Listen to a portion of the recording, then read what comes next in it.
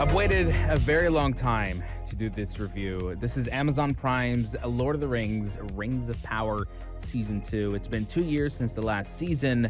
$1 billion fantasy production made by Amazon. And the one question, did it pay off? Is it worth watching? Well, I'm here to talk a little bit about the second season because it just finally finished up. The finale just came out the other day. And I have some concerns. I have some issues. I'm supposed to be excited. I'm supposed to be ecstatic because, if anything, I'm a huge Lord of the Rings fan. And so you have to understand that I come into the show with a lot of just critical eye and observation. Things that, where the showrunners have a lot of creative liberty to perhaps change a lot of Tolkien's literature, the events, the characters, to the point that it comes off as deliberate retcon. And here's the thing about retconning in any franchise.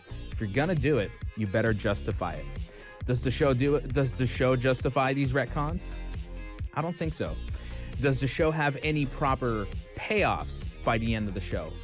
To some extent, yes, but it just takes far too long to get there, to the point that when it does happen, it feels underwhelming.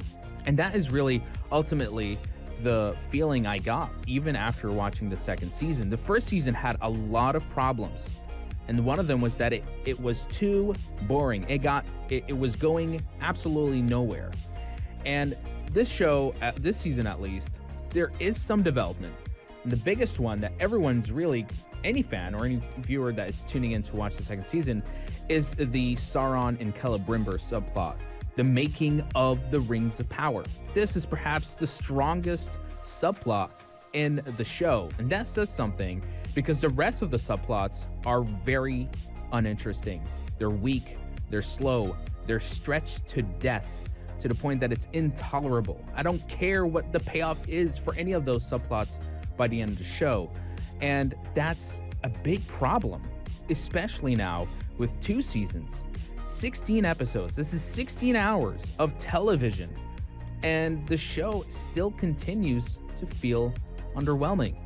This is a shame because there is an underlying problem now with what, any viewer who tunes into this show has, is that where is this exactly going? And am I actually going to enjoy what comes next? And the problem that I have with the show, even as I was watching the episodes, is that I noticed something very strange. There has been a lot of moments, dialogues and scenes and just character moments that feel like it directly rips off from the Peter Jackson movie trilogy. Now, I don't mind if you take some inspiration, that's fine. But when you take literally word for word dialogues and have them being said on your show, it feels like you as a writer, you as a showrunner, don't have. It feels like you're creatively bankrupt. That you have to take from something better, just so that you can imitate the magical moments of what came before. And I saw this a lot in the show to the point that it was extremely distracting. It took me out of it multiple times. And this is where I had an epiphany with the series. Is what I'm looking at is not an attempt to make an adaptation of Tolkien's literary work. It was a poor imitation of it, to the point that what I'm looking at is nothing more than fan fiction. This is what this show really feels like. The show ultimately feels nothing more than a creatively bankrupt piece of fan fiction.